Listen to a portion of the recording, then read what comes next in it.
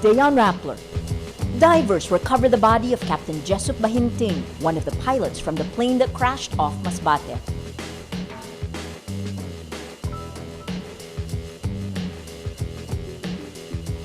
Naga City residents say goodbye to a beloved former mayor, the late Interior Secretary Jessie Robredo.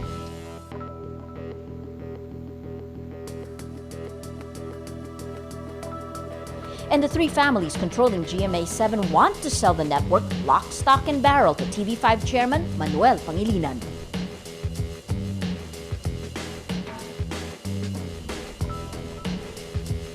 Hello, I'm Maria Ressa. Welcome to Rappler, your social news network. Divers recover the body of Captain Jessup Bahinting, one of the pilots of the plane that crashed off Masbate on Saturday.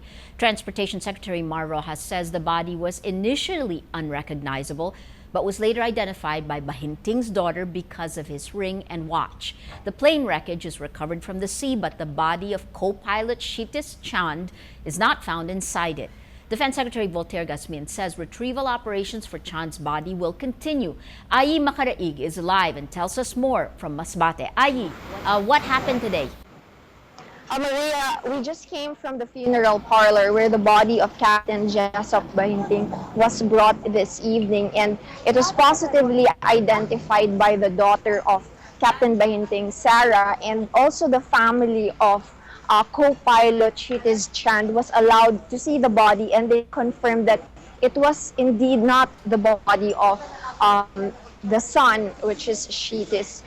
So this ends hours of speculation and waiting, at least for the Bahinting family, when the body was finally retrieved and brought to the shore here at about 6 p.m. There were some delays in the retrieval operations because of the strong current and the entanglement of the rope that was used to lift the plane. And just this evening at about past 7 p.m., the wreckage of the plane that carried Secretary Jessie Robredo, the two pilots, and the Secretary's aide was found, and this will be used for the investigation of the plane crash by the Civil Aviation Authority of the Philippines. Now, really, the next step is to find the body of co-pilot Shitis Chand. Earlier, Secretary Gasmin told us that the government will exert its best efforts to find that body, but it's really still unclear where it really is or what are the clues. Where do we start searching? Do we have any idea of the location of that body? So really, this is very difficult for the Chand family who is still here in Masbate. We're trying to wait for any news about that body of the pilot. Maria? The video that we're seeing that you guys have shot is really heartbreaking. Ayi, what is the mood like there? What has it been like for you and Rupert all day?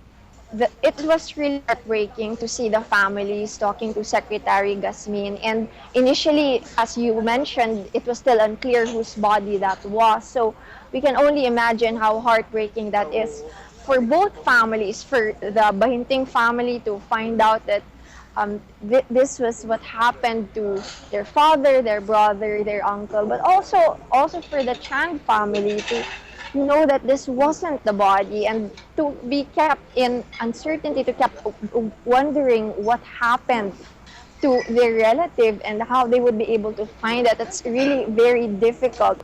There's some bit of relief that the body was found and it was identified, but it's still open-ended because we still have one more body out there at sea, and we have no idea where it could possibly be right now, Maria. Thank you. That is Ayi Makaraig, live from Masbate. People from all walks of life in Naga say goodbye to Secretary Jessie Robredo. He served as mayor for a total of 18 years. Joining us from Naga City is Natasha Gutierrez. Natasha, what has today been like? The city of Naga continues to mourn the death of Interior Secretary Jessie Robredo, who, as you said, served as their mayor for 18 years. It is the second day of his wake, and thousands of people have come to Archbishop's Palace to pay their final respects. Last night, family and cabinet members assist his casket from Funeraria Imperial to the Archbishop's Palace. Mass starts immediately after. The mood is somber. Archbishop Leonardo Legaspi leads the service and comforts Robredo's family after Mass.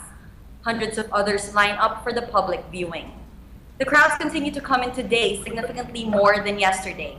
The line extends a couple of blocks. Robredo's casket remains closed after his family decides it is better for Nagueños to remember him as his smiling self. While his family tries to be strong, they know harder days will come when their loss will sink in. We really have to deal with this one. Although I know that kahit pa ako, I'm trying to be strong, and so maybe I'll iiyak siguro ako. Yes. I cannot say it.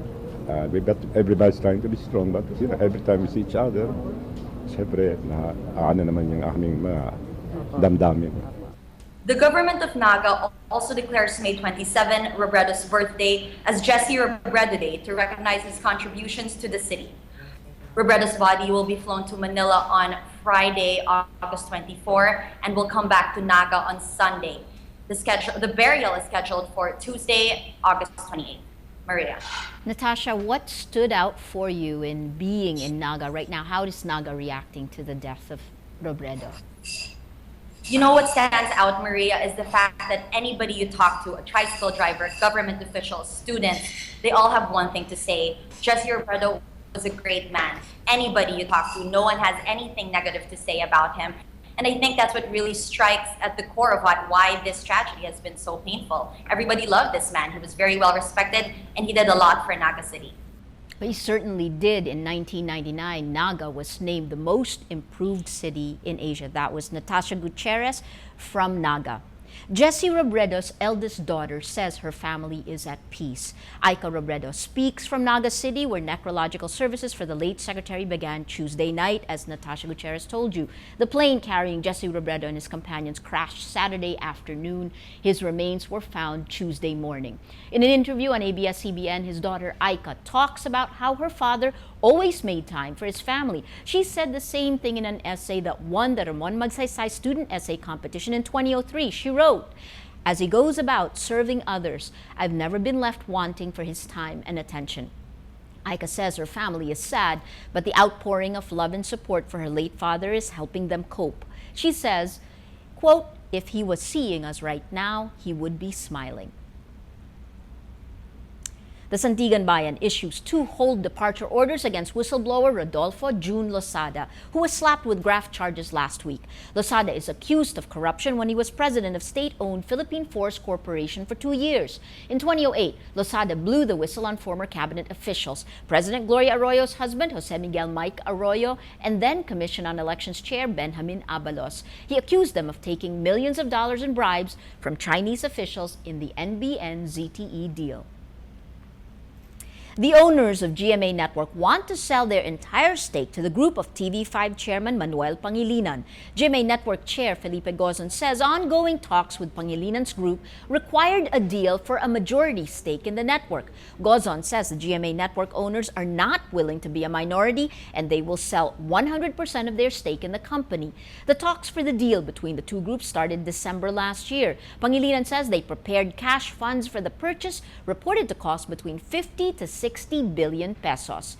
They hope to finalize the deal before the end of 2012, but Gozon says there are other issues, aside from price, that are stalling the talks. Typhoon Igme, international name Tembin, weakened slightly as it continues to move towards Taiwan. It's expected to be out of the Philippine area of responsibility Friday afternoon. Signal number 2 is up over the Batanes group of islands. Another tropical cyclone with international code name Bolaven moves closer and is last spotted 1,470 kilometers east of extreme northern Luzon. It will be named Julian if it enters the Philippine area of responsibility. Well, let's now look at Rappler's Wrap for today, a list of the 10 most important events around the world you shouldn't miss. At number 4, closing arguments in the Apple versus Samsung patent case wrapped up Tuesday. The jury's decision will have major implications in the smartphone and tablet computer market. In closing statements, Apple's lawyers argue that Samsung stole 4 years of Apple's hard work on the iPhone. Apple is seeking damages of up to $2.75 billion and an injunction that could lead to the pullout of some Samsung products from the U.S. market. At number 5, the Syrian government is open to discussions about the exit of Syrian President Bashar al-Assad on the condition that it cannot happen before talks with rebel fighters. Speaking during a visit to Moscow, Syrian Deputy Prime Minister Qadri Jamil says there must be no Western intervention. The U.S. warned it may intervene if Syria uses chemical weapons. At number 7, Ecuadorian President Rafael Correa warns the United Kingdom its threat to enter the Ecuadorian embassy in London and arrest WikiLeaks founder Julian Assange will be, in his words, suicidal. Assange fled to the Ecuadorian embassy to avoid extradition to Sweden over sexual misconduct charges. The British Foreign Office cites a law that can temporarily suspend diplomatic protection provided to foreign embassies. Correa called the behavior, quote, intolerable and unacceptable. A spokesperson for Assange says he is willing to answer questions by Swedish prosecutors provided he be given certain guarantees. And at number 10, the divorce of Tom Cruise and Katie Holmes is final. New York court records reveal the case was closed on Monday, less than 2 months after Holmes filed for divorce. Holmes' divorce lawyer, Jonathan Wolf, confirms the news separately to People magazine. Details of the settlement have not been disclosed. In a separate statement, Holmes and Cruise commit to work together as parents in their daughter Suri's best interests. Well, for the full top 10, visit Rappler.com's The Wrap. A little more than 2 weeks after its arrival on Mars, NASA's Curiosity rover will make its first test drive before setting off on its Red Planet mission. NASA says the rover performed a battery of tests and appears ready for its 2-year mission to explore for signs of life in Mars. The U.S. Space Agency says Curiosity is expected to adopt a moderate pace of, quote, 10, 20 to 30 meters a day for a while, but will eventually reach a pace of over 100 meters a day. The project also aims to study the Martian environment to prepare for a possible human mission there in the coming years. U.S. President Barack Obama vows to send humans to Mars by 2030. Every story on Rappler has a mood meter with 8 emotions for you to choose from. When you click on one of the emotions, your vote goes to the Mood Navigator, which is on the middle of the front page of Rappler. The Mood Navigator chooses the top 10 stories and places them here. These are the stories that have gotten the most clicks. If you look today, there are 3 main colors that are there: gray for sad, red for anger, and green, this deep green, for inspired. The red story with the most number of votes, still from last Friday's Tito Soto and plagiarism story, 96% angry. Then we moved on to Robredo's body found, 93% sad, 1% angry.